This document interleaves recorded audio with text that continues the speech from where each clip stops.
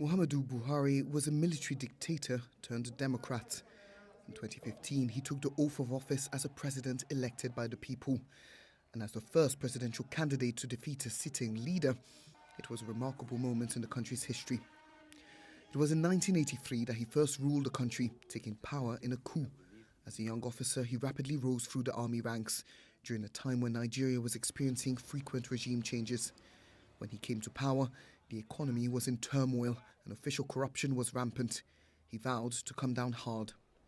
Fraud, indiscipline, corruption, squandermania. His time in power is best remembered for campaigns against what he called squandermania, but also for human rights abuses. But the general who promised to clean up the system didn't last long. After 20 months, he was himself ousted in a coup.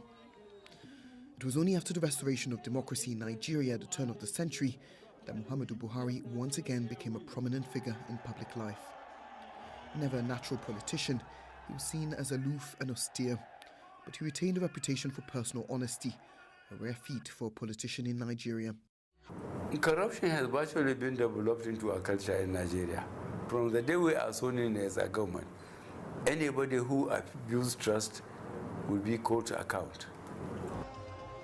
After 3 failed attempts, he was elected the country's leader for 2 consecutive terms. His time in office coincided with a slump in global oil prices and the country's worst economic crisis in decades. His administration also came under fire for its handling of insecurity. Whilst campaigning, he promised to defeat the extremist group Boko Haram. He had some success. Security improved in the northeast of the country, and he subsequently oversaw the return of over 100 out of nearly 300 schoolgirls kidnapped in Chibok in 2014. But after a spate of recent attacks in Borno State, Boko Haram remains an ever-present threat to the country.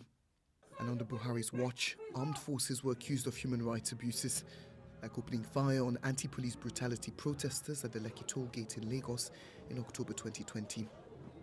To his critics, his rigid military style and economic policies did more harm than good. But to his supporters, he was a stern yet honest leader who tried to bring order to an often fractious and chaotic country.